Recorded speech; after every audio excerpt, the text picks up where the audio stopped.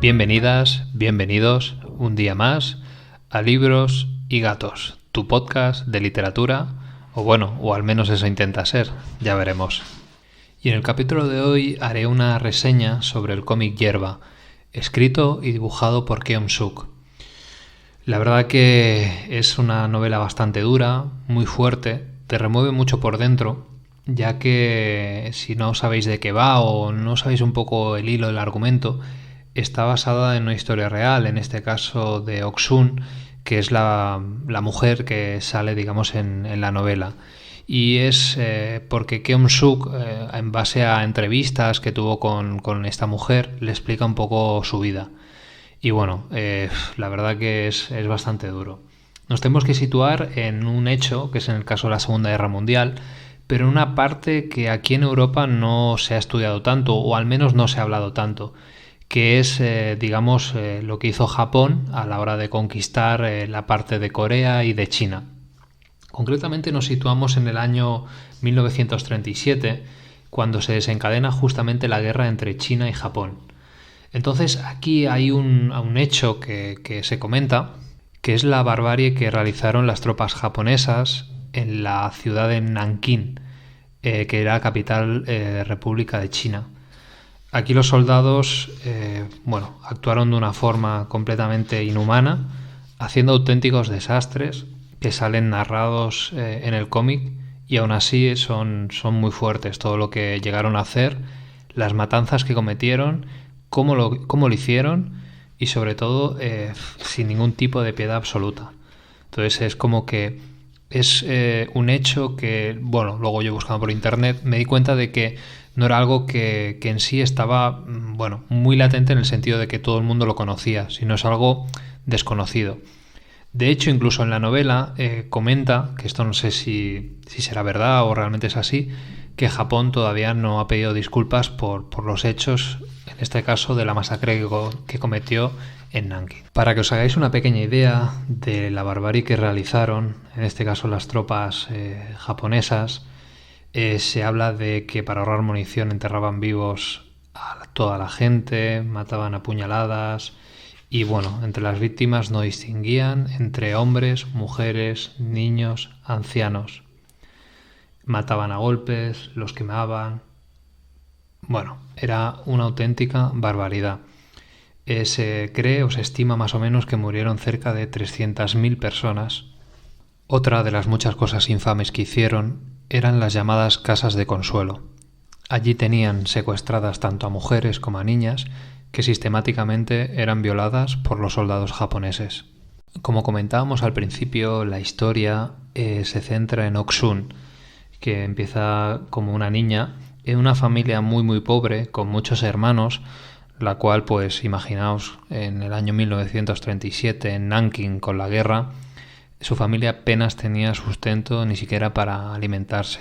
De hecho, ella en muchas ocasiones va andando por la calle y se desmaya simplemente porque no ha comido absolutamente nada. Entonces sus padres, en un intento bien por salvarla, bien pensando también en la descendencia, ya que en aquella época las mujeres importaban muy poco y por parte de la familia querían conservar a los varones, deciden adoptarla, que la adopte otra familia, o más bien venderla, no deja muy específico en el libro que hace. Es aquí cuando ella, su sueño era ir al colegio, pero sus padres apenas tienen dinero y una niña tampoco puede ir al colegio.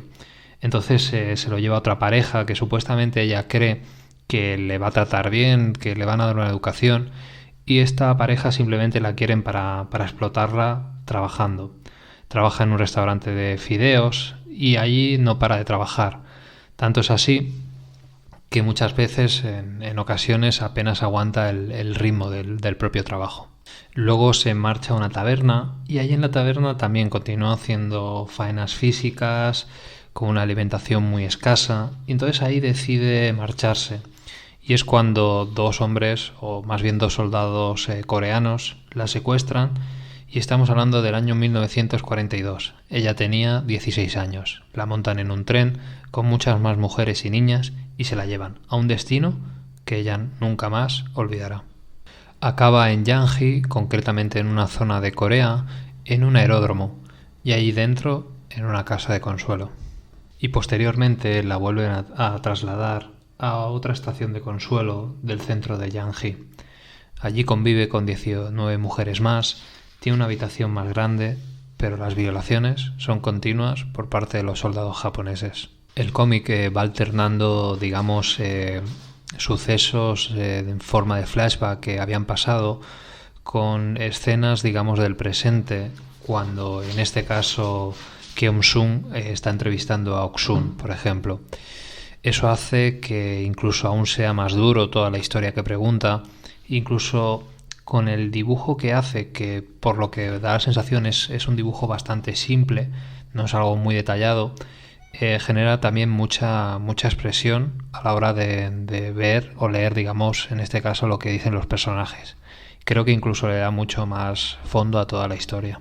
Es en este momento cuando la historia da como otro giro, porque en un principio nos centramos, como comentábamos, en la historia de Ok-sun, y es cuando el caso de Keom-soo, que es, digamos, la autora del libro y la dibujante, le coge como una fotografía en la cual sale, en este caso, Ok-sun de joven, y pregunta que quién es esa persona, y era su mejor amiga, que es Mija. Y es cuando cuenta la historia de Mija, que también es otra historia paralela, incluso también mucho más fuerte o del estilo que la de Ok-sun, y es entonces cuando te das cuenta que la crueldad no tiene límites. Y lo que ha vivido Ok-sun y lo que en este caso comenta toda la parte que ha vivido mi hija, la cual luego al final se llega a suicidar, pasa por un robo de su bebé, de una violación, luego vuelve a otra violación, el cual también queda embarazada, intenta también suicidarse. Una serie de sucesos que vemos que simplemente es por pura supervivencia y un sufrimiento tan constante que no puedo llegar a entender cómo podrían llegarlo a paliar. Llegamos al año 1945 y tras la rendición de Japón por parte de la explosión de las 2 bombas atómicas en Hiroshima y en Nagasaki, y es aquí bastante curioso cómo en el caso de Ok-sun todavía sigue en la casa que comentábamos que estaba anteriormente. Los dueños sí que se habían enterado de que Japón había perdido y ellos huyen, y las mujeres se quedan allí sin saber realmente qué hacer, hasta que no aparece un campesino y les dice que qué hacen ahí, que la guerra ha terminado. Entonces ella baja al pueblo y decide encontrar a un soldado con el que había congeniado. Es allí cuando lo encuentra, se casa con él, se lo presenta a sus padres y a su familia, y este soldado decide luchar en la parte comunista y decide marcharse. Entonces ella se queda al cuidado, al cargo de su familia, de sus hermanos, de sus padres, durante bastantes años. Es ahí cuando uno de los primos se lo encuentra a él de casualidad en la propia ciudad, incluso se hace como que no es él, que se había cambiado incluso de aspecto. Y entonces ella se da cuenta que tenía luego una familia paralela con 2 o 3 hijos y otra mujer. Y ella llevaba muchísimos años cuidando de sus padres. En este punto ella decide marcharse, va con una tía suya y una tía suya le presenta a un hombre que aparentemente parece bastante honesto. Y entonces le dice que bueno, que tiene un par de hijos y que es soltero y que sí le gustaría estar con él. Entonces ella pues no ve mayor inconveniente. Solo que luego se da cuenta de que él es un alcohólico, todo el dinero se lo gasta en jugar y tiene un niño y una niña. El niño más pequeño tiene un pequeño retraso y entonces ella en un intento decide huir y abandonarlos. Pero en el momento en que se va ve a los 2 niños y se ve incapaz de irse. Entonces ella vivió con él 50 años. Luego, con el tiempo, ella se reencontró con sus hermanos y, bueno, ellos sobre todo estaban muy avergonzados porque ella había sido una mujer de consuelo y luego como que no aceptaban de que los padres realmente a ella la abandonaron o la vendieron. Entonces ella se sintió muy decepcionada y tal vez abrió otra herida que no sé si tendría cerrada o no, pero no le mereció la pena de volver a reencontrarse con el recuerdo que ella tenía de sus hermanos pequeños o tal vez de sus padres, de esa manera, con ese malestar y ese odio y sobre todo ese enorme rechazo. No sé si lo había comentado, pero Ok-sun en el año 2000, que es cuando falleció su marido, se va a Corea y es ahí donde está en las casas del compartir, que le llaman. Son unas casas de reposo creadas para las mujeres de Corea del Sur que fueron víctimas de la esclavitud sexual durante la Segunda Guerra Mundial por parte del ejército japonés. Hay que remarcar también que cada miércoles se realizan unas protestas en la Embajada de Seúl para exigir responsabilidades al gobierno japonés por la esclavitud a la que sometieron a las mujeres de consuelo. Buscando un poco por internet para ver si al final se había llegado a algún acuerdo o alguna disculpa por parte de Japón, no es hasta el año 2015 cuando Japón y Corea del Sur firman un acuerdo por el que en este caso Japón pagaría 8,3 millones de dólares para compensar a las mujeres consuelo sobrevivientes de la época de la Segunda Guerra Mundial. Pero bueno, es un tema que todavía sigue generando bastantes roces entre ambos países y como comenta en el cómic, todavía están esperando una disculpa sincera por parte de Japón. Bueno, y ahora me gustaría dar mi opinión personal sobre Yerba y considero que Yerba tendría que ser leído. Creo que es un cómic que con el paso de los años será todavía recordado.